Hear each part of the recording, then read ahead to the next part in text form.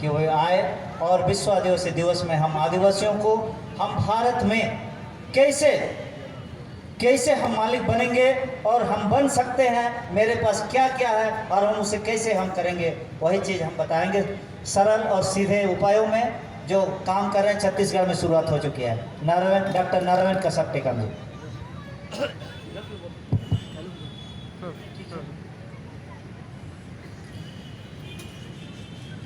सम्माननीय झारखंड भूमि के समस्त देवगण,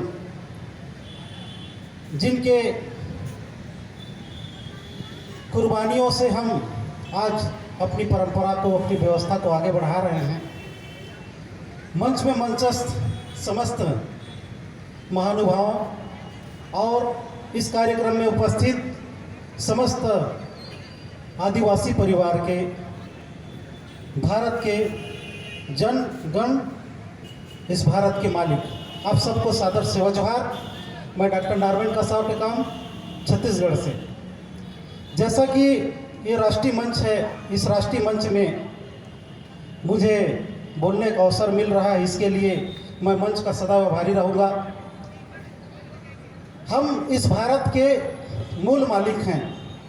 ये बात सभी जगह नाराओं में भी आता है। जब हम नारा लगाते हैं, जय जोहार का नारा है, भारत देश हमारा है, उस नारा में भी ये बात आती है कि हम इस देश के मूल मालिक हैं।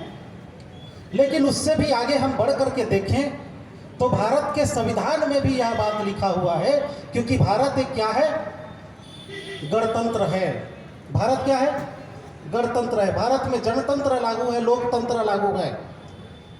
तो ये जनतंत्र और लोकतंत्र और गणतंत्र शब्द में जो शब्द है, उसको हम समझेंगे तो पता चलेगा कि दरअसल भारत का जो लोकतंत्र है, आदिवासियों का तंत्र है। 26 जनवरी को जो हम गणतंत्र दिवस मनाते हैं ना, उसमें गण शब्द है। वो गण शब्द जो है ट्राइबलों के गण शब्द से आया है। गण मतलब होता है कबीला या ट्राइब या समूह। हम गण समूह में निवास करने वाले लोग हैं, कबीलाओं में निवास करने वाले लोग हैं। तो यही गण शब्द जो है से आगे बढ़ करके गण शब्द बना, जिसका मतलब होता है गणतंत्र। गण व्यवस्था का ही आगे स्वरूप है गणतंत्र। तो गणतंत्र मतलब में, गणतंत्र में जो गण शब्द है उसका मतलब क्या हुआ? आदिवासी। तंत्र मतलब व्यवस्था। तो भारत में कौन सी व्यवस्था लागू है? आदिवासी व्यवस्था लागू है। ये भारत का संविधान कहता है। गणतंत्र को दूसरा शब्द और क्या कहते हैं? जनतंत्र कहते हैं।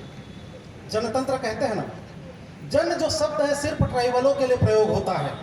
भारत में 4 प्रकार से वर्ग व्यवस्था के अनुसार देखा जाए तो सामान्य वर्ग के लोग भी यहाँ रहते हैं, अन्य पिछड़ा वर्ग के लोग भी यहाँ रहते हैं, अनुसूचित जाति के लोग भी यहाँ रहते हैं।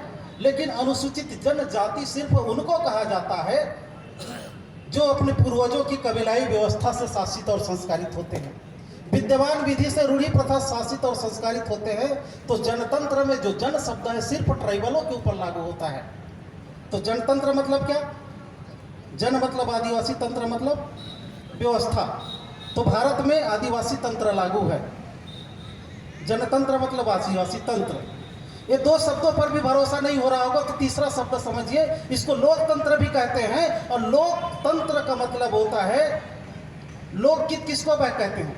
आदिवासियों के गीत को लोकगीत कहते हैं, आदिवासियों के नृत्य को लोक नृत्य कहते हैं, आदिवासियों का जो वाद्य यंत्र है उसको लोक वाद्य यंत्र कहते हैं, आदिवासियों की संस्कृति को लोक संस्कृति कहते हैं, और जहां आदिवासी निवास करते हैं उसको लोक संरक्षित क्षेत्र कहते हैं। तो लोक मतलब भी क्या?